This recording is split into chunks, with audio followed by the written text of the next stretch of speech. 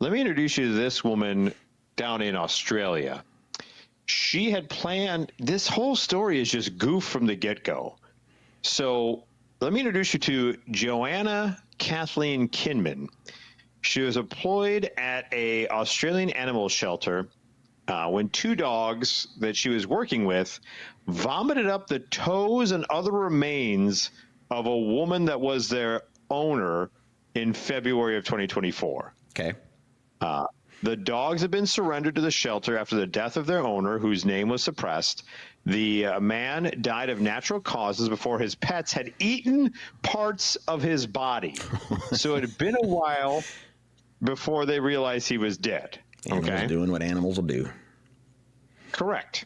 She they brought a court case against her. She pleaded guilty to offensive conduct involving human remains, and she's been sentenced to an 18-month community corrections order, including 150 hours of community service. Basically, she was going to sell these particular remains online. To who? She located. What's that? To whom? Who? Where's the market for toes? She went online. The police prosecutor. You didn't answer my question. Said that I know online, but who's looking for toes right now?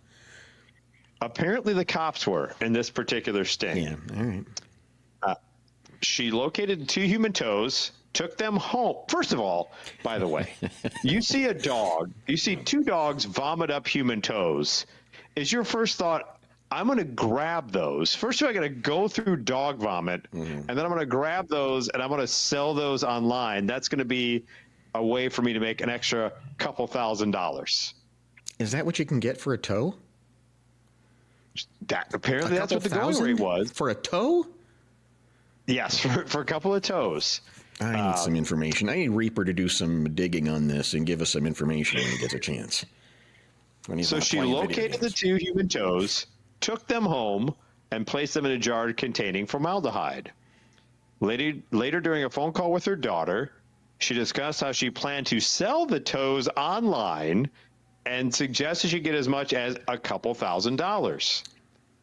Police subsequently arrived at her home after a tip from an unknown source, and she made full admission of possessing the remains and intending to sell them online. She showed police where the jar with the toes was located, beside other oddities, including an alligator claw, a bird skull, a guinea pig trotter, and her children's teeth.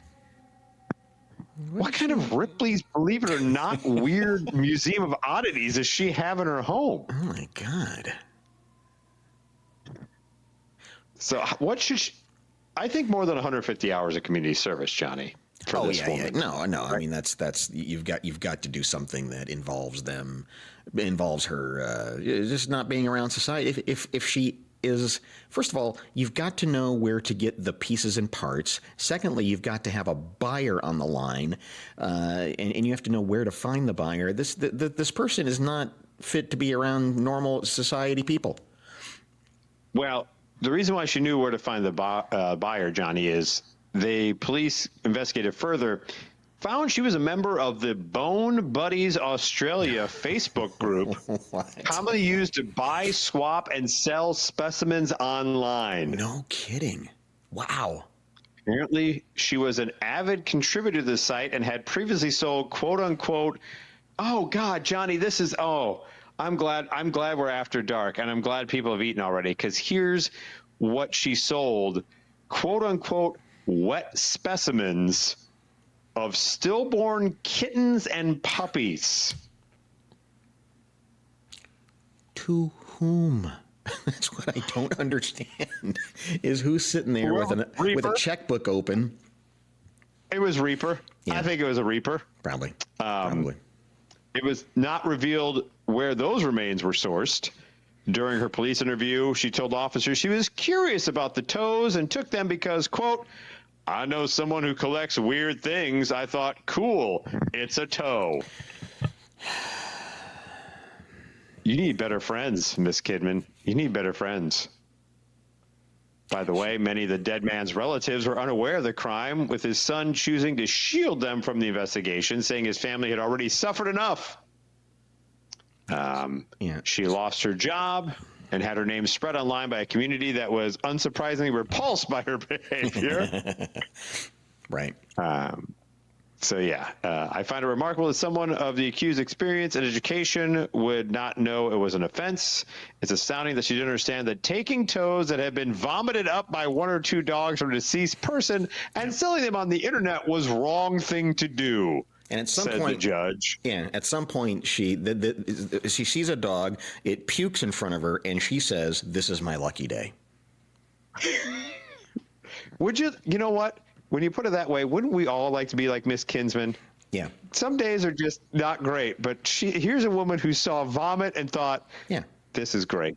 It's like finding Michigan J. Frog. It's just, you know what? Things are going to turn around for me now.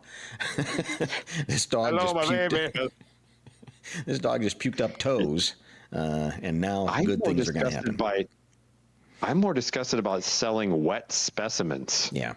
I don't even want to know why or how, but just that is one of those phrases that sounds way dirtier than it is. Yeah, this is something that should only be one-sided. It should only be her that decided she was going to collect these things and try to sell them. There shouldn't be a buyer on the other end. No, you're right. Everyone needs to be arrested. That whole Facebook group needs to be shut down. Oh yeah. I'm starting to think maybe the whole internet needs to be shut down. Between Reaper and our show and everything else that we've talked about tonight, probably should be shut down. Yeah, there's really nothing good that'll happen here. All right. Well, thank you for joining us on this late night edition of Mike and Molson. We'll be back again next Wednesday at our regular time, 6 o'clock. What time do we go on? 6, right? 6 Eastern, 5 o'clock Central. Make sure you like, share, subscribe. Well, if we're wrapping up, I feel like I need to take a hit from this Malört bottle. Oh, sure. Yeah, I didn't. If you got more, I mean, I got nowhere to be. No, I just feel like. So here's Malört. I don't have a cup. Oh, you're just gonna drink it out of the bottle? Should I pour it into this? I have a can over here. Should I pour a shot into the can? Don't pour it in the can. That seems superfluous at best. So whatever you need to do right now. Cheers to wet specimen. Good luck.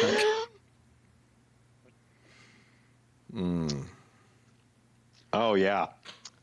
Yep, that is as the bottle. Oh, that is as the bottle states. I bet you're wishing. That is a aroma of a full-bodied flavor of an unusual botanical. Yeah. I bet you're wishing you had an old style in your hand right now to wash that down. That's a Chicago handshake there, my friend.